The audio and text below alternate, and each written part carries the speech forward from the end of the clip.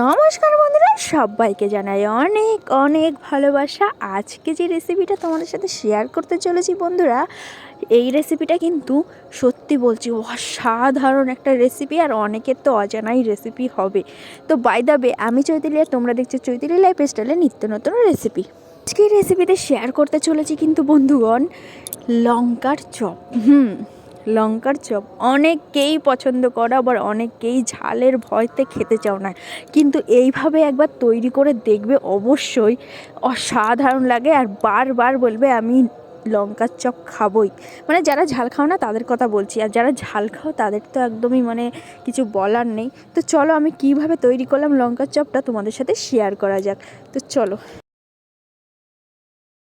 প্রথমেই দেখো বন্ধুরা, আমি কিন্তু এখানে লঙ্কা নিয়ে নিয়েছি চারটে লঙ্কা, আর বড় বড় কিন্তু লঙ্কা। এই লঙ্কাগুলো কিন্তু ঝাল হয় না, মাঝামাঝি মানে মিডিয়ামই, একটু বেশি ঝাল হয় না। তো আমি দেখো লঙ্কাগুলো কিন্তু ভালো করে একদম ধুয়ে নিয়েছি, আর এইগুলো কিন্তু শুকনো শুকনো হয়ে গেছে যেহেতু, তো ফেলে দেওয়ার চেয়ে এরকম যদি করে তৈরি করে চপ করে খাও অসাধারণ কিন্তু লাগে। আর এই লঙ্কাগুলো কিন্তু মাঝখান দিয়ে কিন্তু আমি কেটে নেবো একটা ছুরির সাহায্যে, ঠিক আছে, যাতে মশলাটা ভিতরে ঢোকে।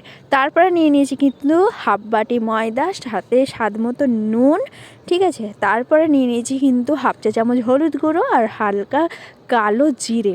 তারপরে কিন্তু নিয়ে নিয়েছি ধনে গুঁড়ো, আর নিয়ে নিয়েছি যে মাছের যে মশলাটা আছে, মাছলি মশলা, সেই মশলাও নিয়ে নিয়েছি। তারপরে দিয়ে দিলাম কিন্তু তোমার হালকা গরম মশলা।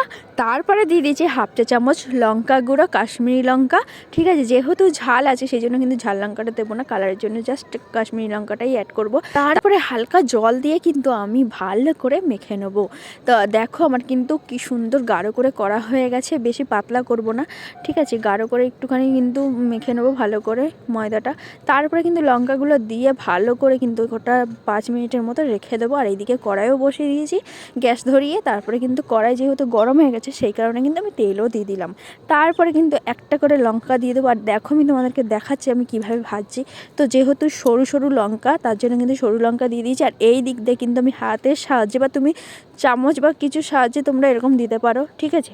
চারিদিক দিয়ে কিন্তু ওই যে বেসনের যে গুঁড়োটা করেছিলাম সেই গুঁড়োটা কিন্তু চারিদিক দিয়ে ভালো করে এরকম এপাশ ওপাশ করে যেরকম পাটিসাপটা করা হয় সেরকম করে কিন্তু তৈরি করে নিলে অসাধারণ একটা মানে কি বলবো, দেখতেও যেমন লাগছে আর খেতে কিন্তু অসাধারণ একটা রেসিপি, একদম অসাধারণ মানে অসাধারণই লাগে। তারপরে দেখো আমি উল্টে পুল্টে কিন্তু লাল লাল করে একদম ভাজা করে নেবো।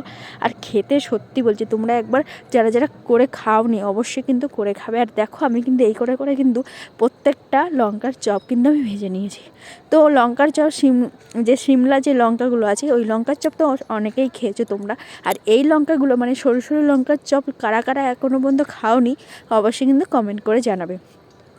আর এই রেসিপিটা তোমাদের কেমন লাগলো অবশ্যই সেটাও কিন্তু তোমরা কমেন্ট করে জানাবে। আর ভালো লাগলে একটু লাইকও করে দেবে, আর যদি খুব খুব ভালো লাগে তাহলে একটু শেয়ার করে দিও, ঠিক আছে বন্ধুগণ। তো আজকের ভিডিওটা এই পর্যন্ত শেষ করছি। আগামীকাল আবার নতুন নতুন নতুন একটা রেসিপির সাথে তোমাদের সাথে দেখা হচ্ছে। আর যারা যারা নতুন বন্ধু আছে প্লিজ চ্যানেলটাকে সাবস্ক্রাইব করে দিও। আর এই লঙ্কা যদি না সাবস্ক্রাইব করো, আমি আরও এর থেকে ঝাল ঝাল লঙ্কার চপ বানিয়ে তোমাদেরকে খাইয়ে সাবস্ক্রাইব করবো।